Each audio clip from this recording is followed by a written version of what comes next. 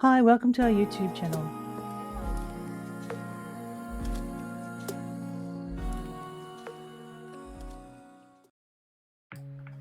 This is the entrance to the labyrinth.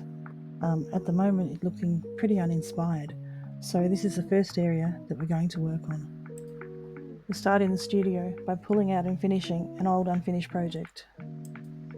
This is actually a mistake. It was a plastic pot that I coated in concrete hoping to make a concrete vessel, and the plastic pot got stuck in there forever. So I flipped it upside down and cut the bottom out, and making an open bottom planter. I photographed these beautiful little figures at Dazu Rocks in China, and they've become the inspiration for this piece. I added a second coat of coloured concrete and then used a palette knife to sculpt out this little figure. I'm actually pretty happy with the way he turned out. A few days drying and a coat of paint and he's ready to go in the garden.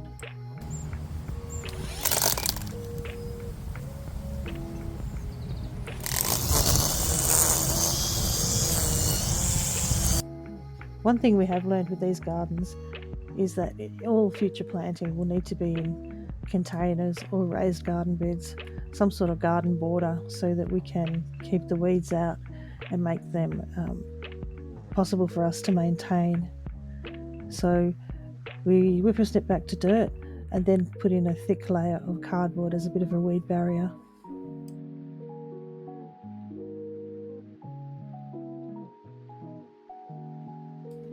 You will notice as we work through our garden projects that we tend to use bag potting mix or soil rather than getting piles of soil delivered and having to shovel and remove and shovel again. So it's not the cheapest option by far, but it is the most manageable for us. Our friend Karen gave us a little viburnum Birkwoody plant that she got at her local nursery, and we planted that up with some seaside daisies which I dug out and transplanted from other parts of the garden. Already the entrance is looking far more welcoming. Next stage is to create the garden edging for the row of Hebes. We had a stack of antique drainage pavers that are about 40 centimetres long, and we chose to use these to dig in to make a garden edge around the Hebe Garden. We've used these for another garden edge in the past and they came out very well.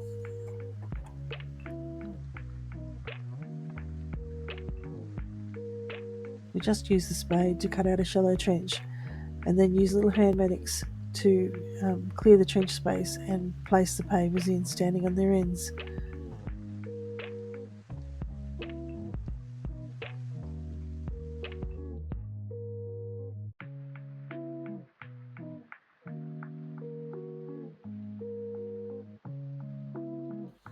This was actually quite a lot of work for two old girls with bad knees, and it took us a while. It took us most of a couple of hours to get these in.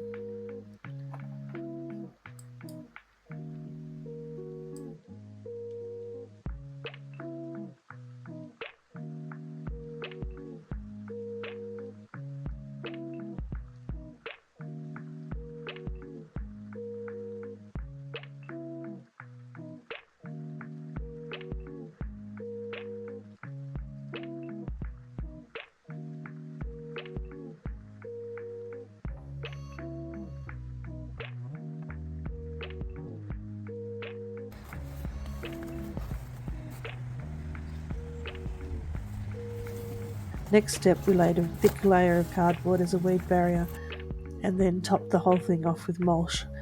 Put a really heavy layer of mulch on there and left some space obviously around the Hebe plants, but this is to try and act as a weed suppressant and give the plants a chance to come back.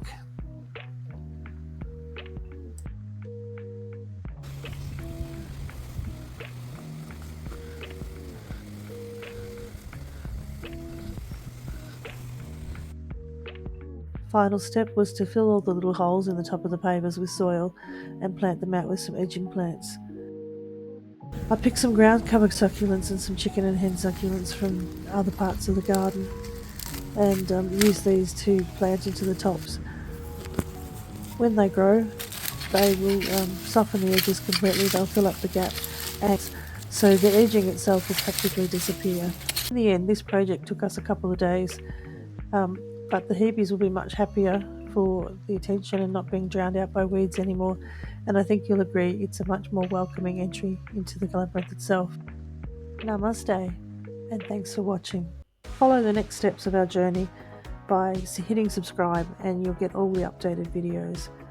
Here's a couple of earlier ones that you might be interested in.